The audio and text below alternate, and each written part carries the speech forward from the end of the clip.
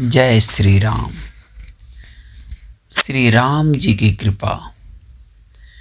जब भगवान श्री राम अपने धाम को चले, उस समय उनके साथ अयोध्या के पशु पक्षी, सभी पेड़ पौधे, मनुष्य भी उनके साथ चल पड़े। उन मनुष्यों में श्री सीता जी की निंदा करने वाला धोबी भी साथ था, जिसने माँ सीता जी की निंदा किया था। भगवान ने उस धोबी का हाथ अपने हाथ में पकड़ रखा था, उनको अपने साथ लिए चल रहे थे। जिसने भगवान को जाते देखा, वे सब भगवान के साथ चल पड़े। कहते हैं कि वहाँ के पर्वत भी उनके साथ चल पड़े। सभी पशु पक्षी, पेड़ पौधे और मनुष्यों ने जब साकेत धाम में प्रवेश होना चाहा, तब साकेत का द्वार खुल गया। पर जैसे ही उस निंदनीय धोबी ने प्रवेश करना चाहा, तो द्वार बंद हो गया।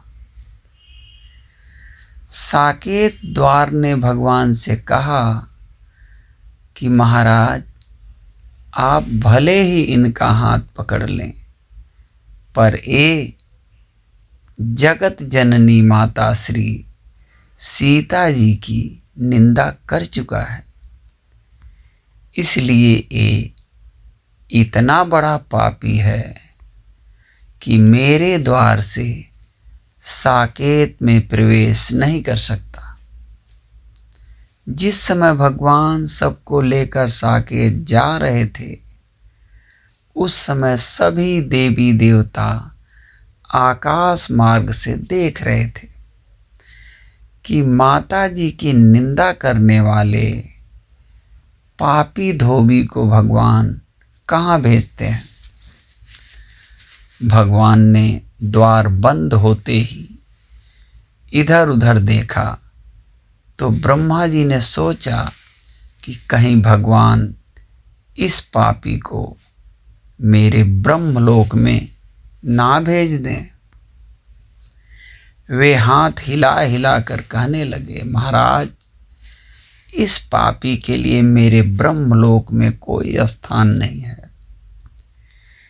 इंद्र ने सोचा कि कहीं मेरे इंद्रलोक में ना भेज दें। इंद्र भी घबराए, वे भी हाथ हिला हिला कर कहने लगे, महाराज, इस पापी को मेरे इंद्रलोक में भी कोई जगह नहीं है।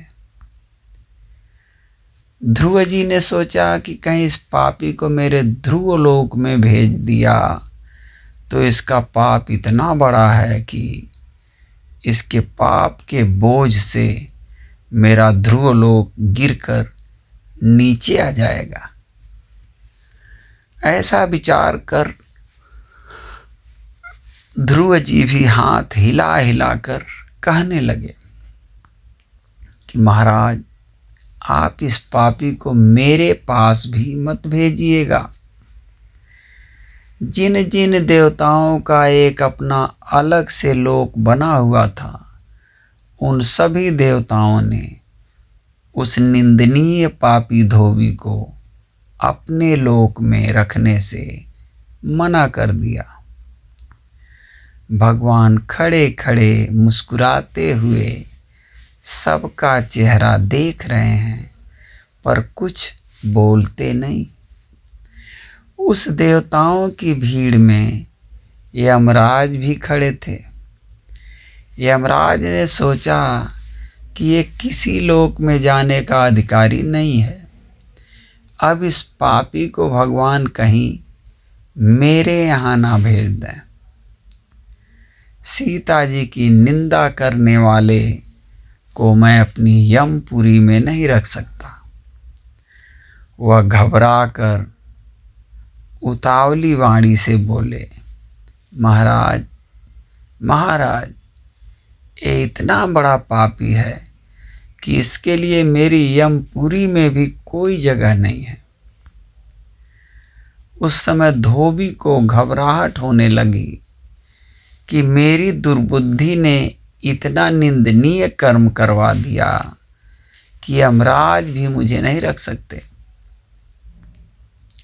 भगवान ने धोबी की घबराहट देखकर धोबी की और संकेत से कहा कि तुम घबराओ मत, मैं अभी तुम्हारे लिए एक नए साकेत का निर्माण करता हूं। तब भगवान ने उस धोबी के लिए एक अलग साकेत धाम बनाया। यहाँ एक चौपाई आती है कि सिय निंदक यघ ओघ नसाई, लोक बिशोक बनाई बसाई। सिय निंदक यघ ओघ नसाए, आलोक बिशोक बनाई बसाए। ऐसा अनुभव होता है कि आज भी वो धोबी अकेला ही उस साकेत में पड़ा है, जहाँ ना कोई देवी देवता हैं और ना भगवान ही है, ना वो किसी को देख सकता है और ना उसको कोई देख सकते हैं। तात्पर्य यह है कि भगवान अथवा किसी भी देवी देवता की निंदा करने वालों के लिए कहीं कोई स्थान नहीं होता, कहीं कोई स्थान नहीं होता। जय श्री राम, जय श्री राम।